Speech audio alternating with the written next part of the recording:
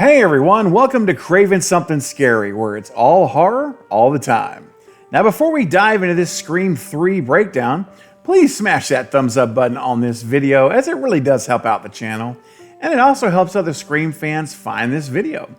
And if you have not yet subscribed to the channel, this is the time to do it. So click that subscribe button and the bell icon to ensure you'll be notified the moment I post all future Scream and other horror movie content. Okay, in this video, I want to look back at Scream 3 and explain to you why I believe it is possibly the most misunderstood film, not only in the Scream franchise, but perhaps in Wes Craven's entire career. So let's get into it. One of the biggest criticisms I've heard over the years about Scream 3 is that there is no way it could have been only one Ghostface killer committing the attacks. There are multiple scenes where it seems like Ghostface almost teleports to a different location so fast that they could not plausibly do that if it's one person. Well, I'm going to address this specific issue in this video, and I have a very good reason why it seems to be that way in the movie. And the reason why it seems there are two killers in Scream 3 is because there are two killers in Scream 3. Now, before I explain why I believe this to be true, I first need to begin by giving you a little history to the storyline because it plays a major factor into how this comes about and how I've come to my own explanation and belief that that is the case for this movie. Now, the first thing I need to cover is that the version we have of Scream 3 is literally the third version of the story. So let's look at the first two versions of the movie that were not made, but intended to be filmed. They lay the foundation of what I build upon to reach my conclusion that there are indeed two Ghostface killers in Scream 3. For the first version of the script, I would have titled it Stu Macher Returns with a Bunch of Ghostface Killers. Now, for those of you who have been a part of this channel for a little while now, you already probably anticipate what I'm about to say. This is the version I would have wanted to have happened and so badly wish they had been able to do it. Now, here's how it was going to go down. The first script of the movie was going to have Stu Macher return as the mastermind of the killings from behind bars in prison. Yes, Stu survived the events of Scream 1, and Wes Craven and Kevin Williamson both had him surviving and had a plausible backstory. It was all done and was going to be made for us to enjoy. However, it did not happen, as we know.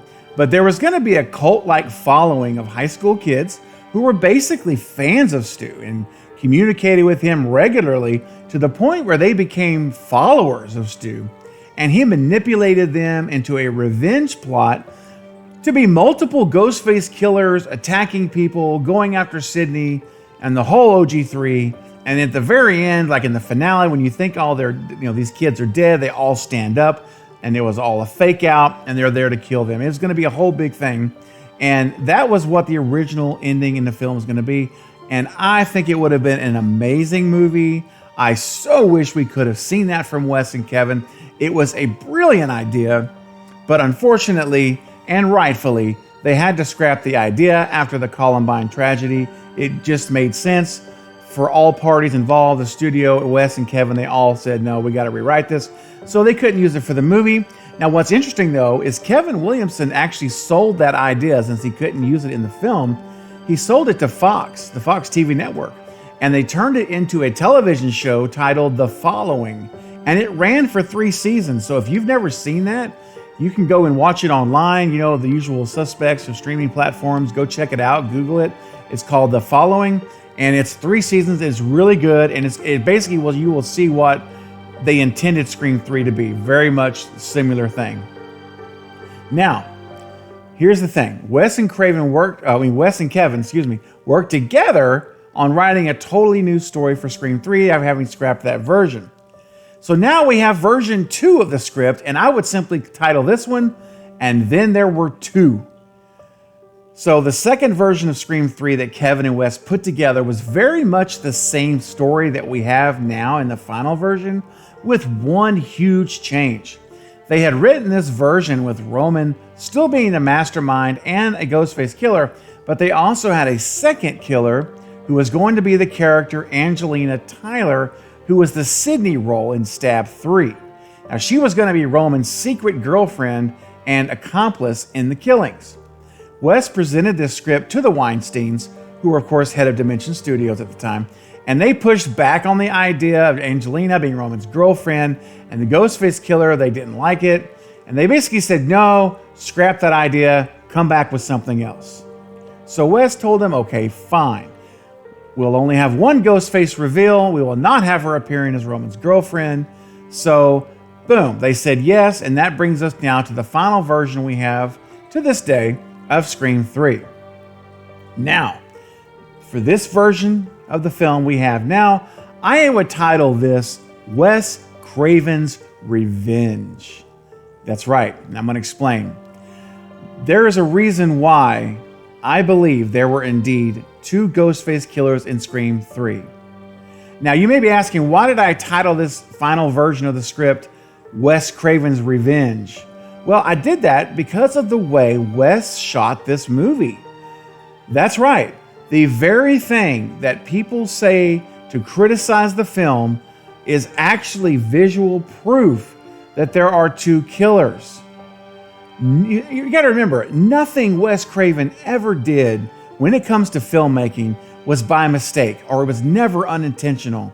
Every little detail in his films was very specific. He established that over his entire career, all of his films. So, having rewritten Scream 3 with Kevin, he has the rewrite done, right, in a way that makes sense, with Angelina being the second killer. It's a solid, it's ready to go. He's done all that. He's got it the way he wants it to be. The Weinsteins say, no, take that part out, rewrite it a third time. Well, what does Wes do? He takes that out, he gets the approval, they start shooting the movie, but here's where it gets awesome. Wes, again, he was a very intellectual man. He was a college professor, he was a master of his craft. So Wes could have easily made a few changes in the story to allow for more time between the attacks so that it would connect with being only one killer.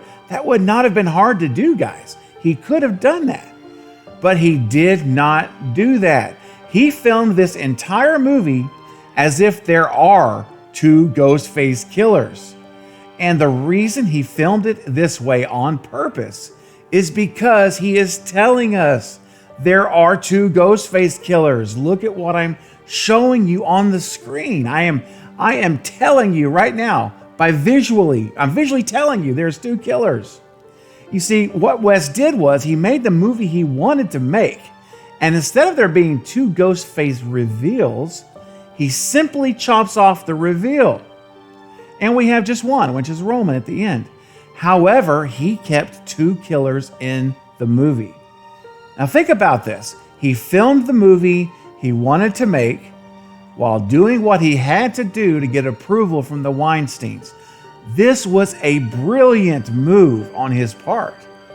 I mean, Wes was a legendary filmmaker for over 30 years, and he really, honestly, he pulled one over on the Weinsteins. I mean, this Scream 3 is rebel filmmaking.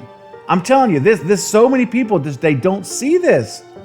And here's the thing, Wes trusted his audience to watch the film closely and to trust what we see with our eyes, and he trusted we would figure it out. This is a very intellectual move. And frankly, less caliber filmmakers would never, ever attempt this. They would never be brave enough to do this. But Wes, he was a legend. He's a rebel. He did it the way he wanted to do it. And he trusted we would figure it out. So he's like, I'm not going to make adjustments to this. There are going to be two killers. I'll meet the requirement to just have one reveal, but I'm not taking away the second killer because this is the movie I want to make. It makes sense. So that's what he did. Now, Let me explain a few more details of why I believe it to be true. I believe the second Ghostface killer was indeed Angelina, just as Wes and Kevin always intended it to be once they rewrote the second draft of the film. I mean, all of the clues throughout the movie, they point to her as a possible killer. And remember, even her behavior was a little off. I mean, remember that restroom scene with Sydney when they're on the set? I mean, she's hiding in the stall and she has that mask and the ghost mask. She has the cell phone and all of it hits the ground and she says, oh, you know, they're souvenirs. And then she was acting like she was almost obsessed with Sydney when they were talking. And then right after she leaves the restroom, Sydney walks out to discover the member of the house sets, and we have the Ghostface attack. And remember, that was an attack that required two people. It is impossible to pull off what happens in that sequence with just one person. It's no way. And it's so obvious. There's two killers. It's like Wes is literally showing us on the screen in this sequence, hey guys, there's two killers. I'm dialing it in for you to notice it. It's obvious. Now, you may be thinking this, hey, wait a minute, Roman killed Angelina in the mansion. And my response to that is maybe or maybe not. Now let me explain. One of two things happens at this point in the film. The first thing that could have happened here is Roman decided to not have any loose ends. You know, he just decides, hey, I'm gonna kill my accomplice. Boom, Angelina's dead, he stabs her. It's over, Ghostface number 2 is eliminated. Now that's possible. However, I don't personally think that's it. I think there's another possibility that I lean towards believing happened. And the second thing would be that the attack on Angelina was a fake out attack, just like we saw with Billy and Stu. Why? Because Angelina was the only person attacked who was then dragged away. Remember that when Gail's looking down there with Parker Posey, they're looking down and they see her laying there, and all of a sudden she just gets dragged away.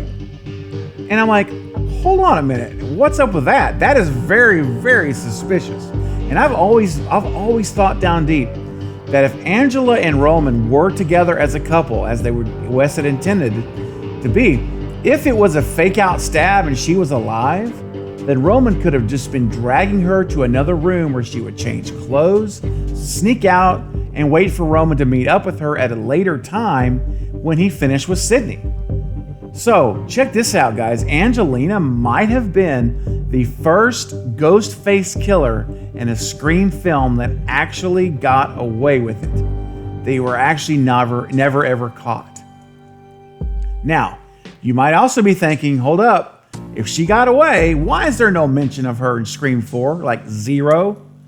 And the answer to that is very simple. She got away with it. And it's been 10 years since those events happened. She is gone. She got out of there. She got away with it. Roman never showed up. She finds out what happened and she is like dust in the wind. She is out. And there's no mention of her in Scream 4 because, you know, she has no desire to be found, much less to reappear at the risk of being caught. She never wants to be seen again. No way. I mean, she's probably relocated to another part of the country. She probably has a whole new life by now, 10 years later. So that's why there's no mention of her, because she's gone, she's history, and she's been history. She doesn't want to get caught. She doesn't want to kill again. She was doing it for her part, for whatever, and Roman never showed, so she just jolted.